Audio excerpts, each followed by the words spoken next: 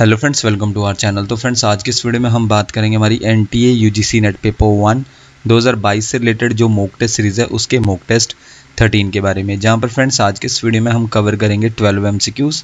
तो आप सभी वीडियो का फॉर्मेट जानती हैं, तो हम डायरेक्ट अपने फर्स्ट क्वेश्चन पर चलते हैं, जहाँ पर आज का हमारा पहला क्वेश्चन है। The university grants commission act 1956 prohibits the use of which word under section 23, यानी कि विश्वविद्यालय अनुदान आयोग अधिनियम 1956 धारा 23 के तहत किस शब्द के उपयोग पर प्रतिबंध लगाता है। फ्रेंड्स, ऑप्शंस आप अपने स्क्रीन पर देख सकते हैं और इसी वीडियो के नीचे कमेंट करके हमें 10 सेकंड के अंदर करेक्ट आंसर बता सकते हैं।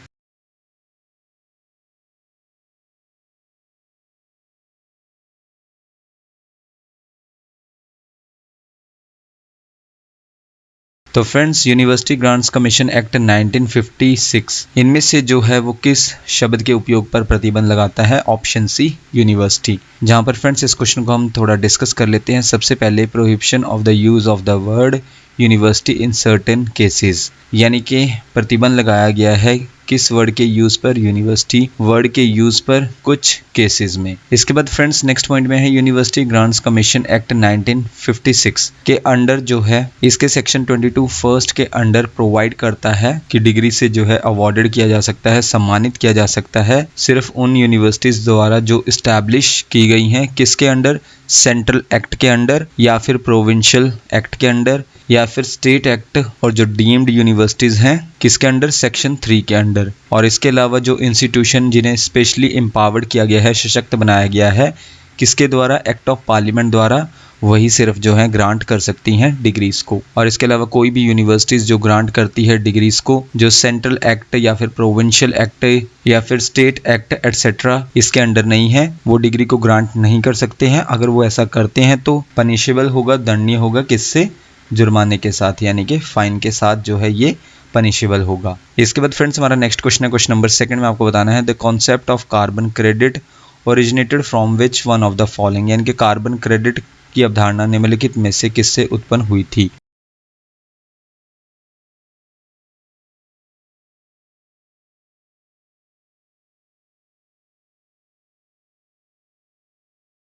कार्बन क्रेडिट का कॉन्सेप्ट इनमें से उत्पन्न हुआ था, ओरिजिनेट हुआ था, ऑप्शन बी, क्योटो प्रोटोकॉल से। जहाँ पर फ्रेंड्स कार्बन क्रेडिट क्या है? एक परमिट होता है या फिर सर्टिफिकेट होता है जो होल्डर को अलो करता है, अनुमति देता है, जैसे कि वो होल्डर हो सकता है कोई भी कंपनी, कि वो अब एमिट कर सकती है कार्बन डाइऑक्साइड का, या फिर जो अदर ग्रीन हाउस गैसेज हैं उनका एमिट कर सकती हैं, उत्सर्जन कर सकती हैं। इसके बाद फ्रेंड्स हमारा नेक्स्ट क्वेश्चन है, question number 3, where was the first meeting of the parties to the Kyoto protocol, in short MOP1 was held, यानी कि क्योटो प्रोटोकॉल के लिए पार्टियों की पहली बैठक कहाँ आयोजित की गई थी।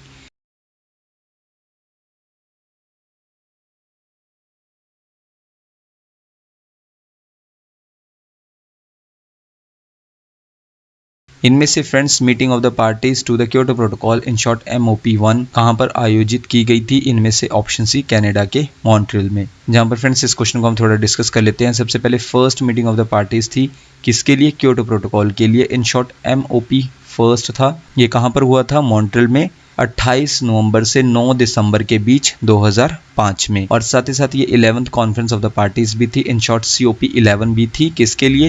United Nations framework convention on climate change के लिए। और इसके अलावा ये one of the largest inter governmental conferences थी क्लाइमेट चेंज पर, यानी कि जलवायु परिवर्तन पर अब तक के सबसे बड़े सरकारों के बीच में सम्मेलनों में से ये एक था। UNFCCC COP11 या फिर meeting of the parties to the Kyoto protocol, in short MOP first. इसके बाद फ्रेंड्स हमारा नेक्स्ट क्वेश्चन है, question number 4, when did the Kyoto protocol first commitment period started, यानी कि क्योटो प्रोटोकॉल की पहली प्रतिबद्धता अवधि कब शुरू हुई थी।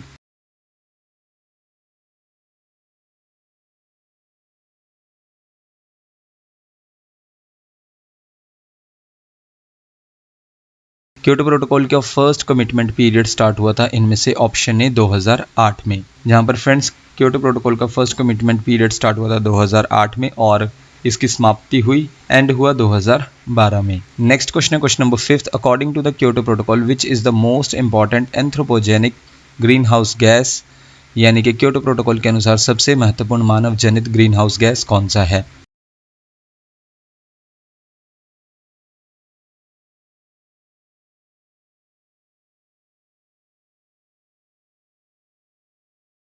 इनमें से वो है ऑप्शन बी कार्बन डाइऑक्साइड, यानी कि क्योटो प्रोटोकॉल के अनुसार जो मोस्ट इम्पॉर्टेंट एंथ्रोपोजेनिक यानी कि मानव जनित जो मानव द्वारा उत्सर्जित होती है ग्रीन हाउस गैस, वो है option B carbon dioxide. Next question है क्वेश्चन नंबर 6 में आपको बताना है in 2016 which international agreement or effort or treaty was signed on the day of the earth day, यानी कि 2016 में पृथ्वी दिवस के दिन कौन सा समझौता या फिर प्रयास या संधि पर हस्ताक्षर किया गया था।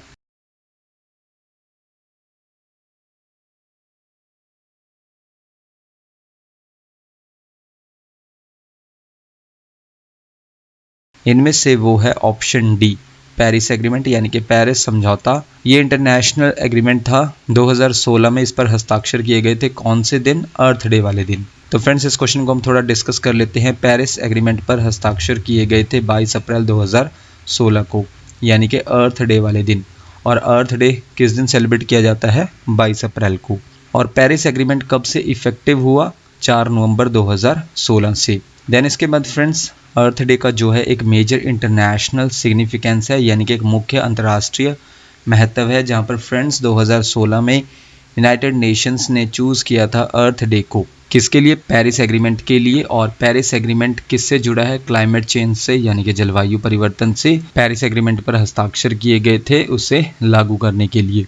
देन इसके बाद नेक्स्ट पॉइंट में अर्थ डे को हर साल 22 अप्रैल को सेलिब्रेट किया जाता है, जहां पर फ्रेंड्स 2020 में 22 अप्रैल को अर्थ डे ने अपने 50 साल कंप्लीट किए हैं। और 2020 का थीम क्या था अर्थ डे का? क्लाइमेट एक्शन, यानी कि जलवायु कार्रवाई। और इसके बाद नेक्स्ट पॉइंट में पहला अर्थ डे सेलिब्रेट किया गया था 22 अप्रैल 1970 को। इसके बाद फ्रेंड्स 2021 का, यानी कि पिछले साल का भी आपको थीम पता होना चाहिए।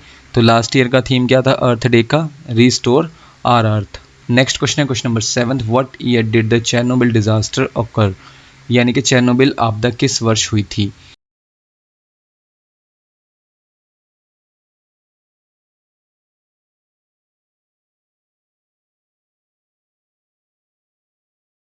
इनमें से चेरनोबिल आपदा हुई थी ऑप्शन सी 1986 में, जहां पर फ्रेंड्स चेरनोबिल डिजास्टर एक न्यूक्लियर एक्सीडेंट था, यानी कि परमाणु दुर्घटना थी।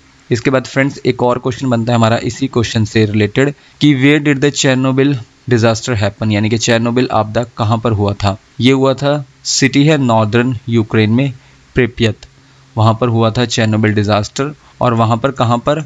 नंबर 4 रिएक्टर में चेरनोबिल न्यूक्लियर पावर प्लांट के। इसके बाद फ्रेंड्स चेरनोबिल डिजास्टर को कंसीडर किया जाता है worst nuclear power plant accident history में। किस टर्म में? कॉस्ट के टर्म में भी और कैजुअलिटीज़ के भी टर्म में, यानी कि जन की भी हानि हुई थी और लागत के मामले में भी, कॉस्ट के मामले में भी इसे कंसीडर किया जाता है worst nuclear power plant accident history में। इसके बाद नेक्स्ट पॉइंट में according to the international nuclear event scale, अगर हम इंटरनेशनल न्यूक्लियर इवेंट स्केल के अकॉर्डिंग बात करें तो there are 2 worst nuclear disasters in history.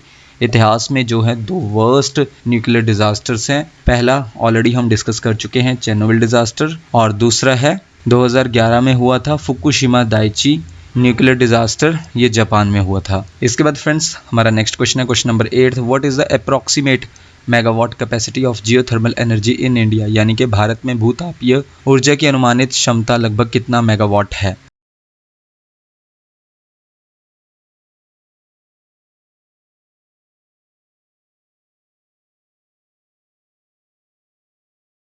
इनमें से वो है ऑप्शन सी 10,000 मेगावाट।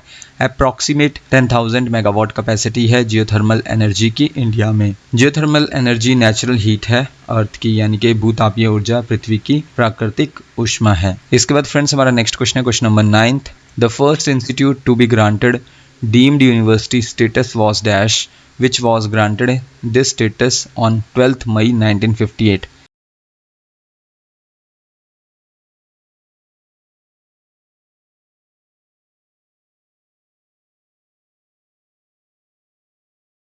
इनमें से पहला इंस्टीट्यूट है जिसे ग्रांट किया था डीम यूनिवर्सिटी का स्टेटस, वो था option D Indian institute of science. और इसे ग्रांट किया गया था स्टेटस कब? 12 मई 1958 को। इसके बाद नेक्स्ट क्वेश्चन है क्वेश्चन नंबर 10 में आपको बताना है ओटीटी का फुल फॉर्म क्या है।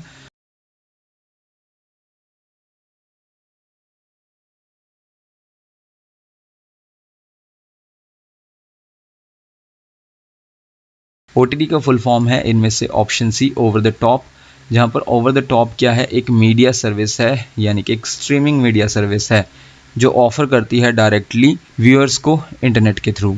इसके बाद फ्रेंड्स नेक्स्ट क्वेश्चन है, क्वेश्चन नंबर 11 में आपको बताना है national testing agency in short NTA was established in dash, यानी कि NTA की स्थापना कब हुई थी।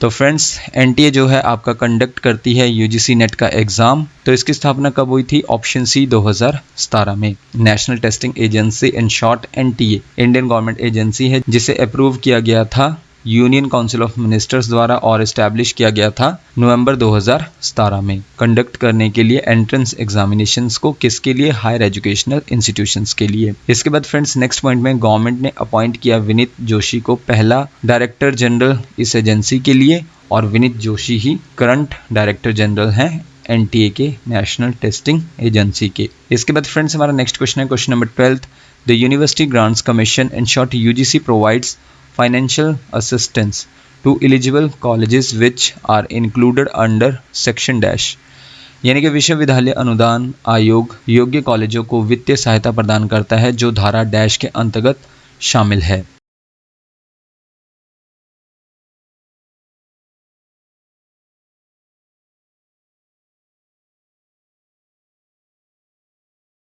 इनमें से यूनिवर्सिटी ग्रांट्स कमीशन क्या करता है, प्रोवाइड करता है फाइनेंशियल असिस्टेंस जो एलिजिबल कॉलेजेस हैं, और किस सेक्शन के अंडर हैं, ऑप्शन डी सेक्शन 2F के अंडर, जहां पर friends university grants commission provide करता है फाइनेंशियल असिस्टेंस एलिजिबल कॉलेजेस को जो किसके अंडर है, सेक्शन 2F के अंडर हैं, जिन्हें डिक्लेयर किया गया है कि वो फिट हैं रिसीव करने के लिए सेंट्रल असिस्टेंस को, यानी कि UGC ग्रांट किसके under, section 12B UGC act के अंडर।